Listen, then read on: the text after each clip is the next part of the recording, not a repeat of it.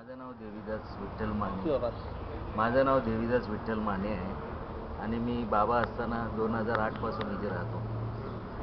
आज या आश्रमाचं महाराष्ट्रामध्ये दुसरा नंबर आहे. इथे अन्न वस्त्र निवारा आहे याची कुठली कमतरता नाही. भरपूर कपडे, स्वच्छता, जे काय लागेल ते अमरभाऊ इथे पुरवतात. इथे सर्व जाती धर्माचे लोक राहतात आणि सर्व सण, गणेशोत्सव, नवरात्रोत्सव, गोकुळाष्टमी, होळी, ख्रिश्चनांचे क्रिसमस, इवन मुसलमानांची ईदसुद्धा आम्ही इथे साजरी करतो.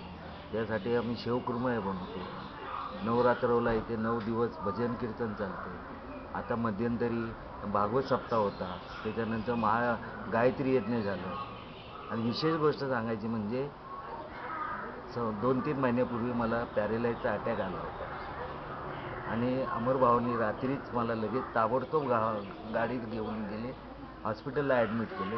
20-30 हजार रुपये स्वतःचे घातले आणि त्यामुळे मी आज व्यवस्थित हातापायाने उभा आहे. आता तुम्ही चालता? आता मी चालतो. मला ब्लड प्रेशर, आपला डायबिटीस 15-20 वर्षापासून आणि तो मेंदूवर अटॅक झाला होता आणि जेवता जेवता मला ते पॅरेलाइजचा हातावर आणि तोंडावर अटॅक झाला. अमरभाऊंना कळल्याबरोबर त्यांनी मला ताबडतोब स्वतःच्या गाडीतून घेऊन गेले, हॉस्पिटलला ॲडमिट केलं.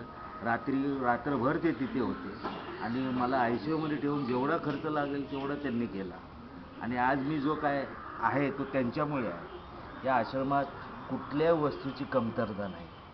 ज्यांना जेव्हा काय लागेल ते ताबडतोब त्यांना पुरवलं जातं. इथे अन्नाच्या बाबतीत तर उत्कृष्ट अन्न बनतंच. शेवटी जर म्हाताऱ्यांची इच्छा असली तर बाहेरून सुद्धा ते आणून खाऊ घालतात. कपड्याची सुद्धा कमतरता नाही. आणि दुसरी गोष्ट म्हणजे महाराष्ट्रात इतकं स्वस्त, फक्त 1,500 रुपयात कुठेही सेवा दिली जाते.